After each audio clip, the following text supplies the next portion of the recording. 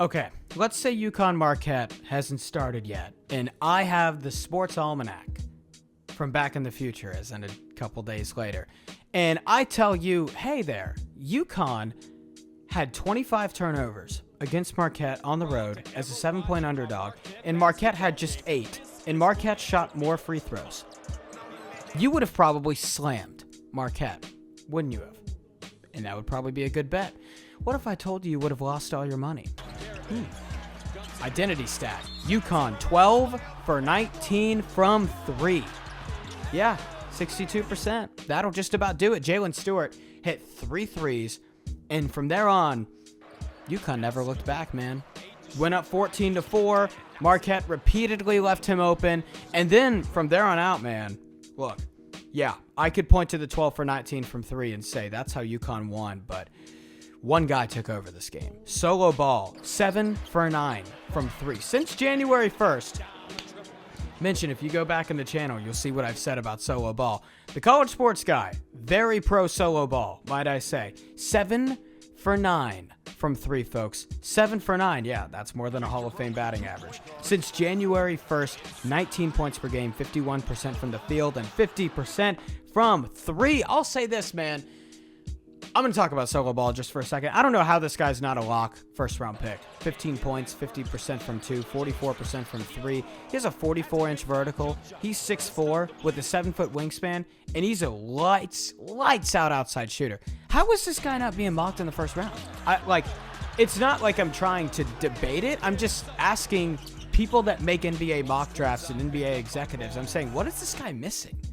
What is it about it? And it's not like he's old. He's a sophomore. What is it about it that's turning you off from this guy being a legit first-round pick? I digress. I'm just curious.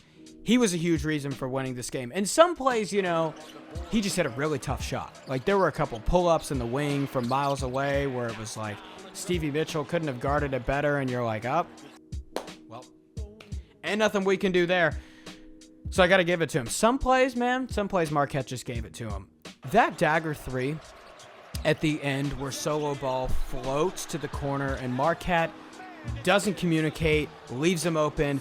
The solo ball, the flex cuts, the V cuts down towards the baseline, giving Marquette some fits. And this is a place where Marquette's usually very good at. Like, Shaka Smart coaches them. They're a very well-coached team. They are. Communication, man. Communication, because that's what left solo ball open. That's what lost Marquette this game. When you win the turnover battle 8-25, you will win that game probably 95% of the time. Well, unless the team shoots 60+% from 3, and this is what happened. But folks, communication. This is what separates the good from the great, man. If you have a wide open 3, are you gonna call a switch? Are you gonna stand your man? Stuff you gotta learn and practice and be with it. And hey, Marquette's usually good at that. We're very pro Shaka Smart on the college sports guy. I will just say, it's just something to where I saw on the film and it was like, hey, you got to talk there. You got to talk there if you're Stevie Mitchell or if you're Cam Jones or whoever it be. It left solo ball open quite a bit. And communication, man. This is what separates the Houstons, the Tennessees, and the Iowa States from the North Carolinas and Indianas of the world. Marquette didn't do quite a good job of that, and solo ball made him pay. Now, in terms of the win itself for UConn, I kind of left this game feeling a bit pessimistic about both of these teams. Now you're saying, Harris, UConn won the game. What are you talking about? Yes, they did win the game. It was a very good win for them. Now, that's success. Is it sustainable success? Is it sustainable success to go 63% from 3 on a nightly basis? Is it sustainable success when you turn the ball over 25 times? Is it sustainable success? That's a tongue twister. When your opponent shoots 12 for 22, 52% from the foul line. Now, the question that we're asking here is, do I think UConn is turning a corner from this win? I'm not going to say that. There were just some numbers that were a little bit too glaring for me to say that. I'll say this. It's a great win for Connecticut. It's a great win for UConn. Is this something they can do on a sustainable nightly basis? No.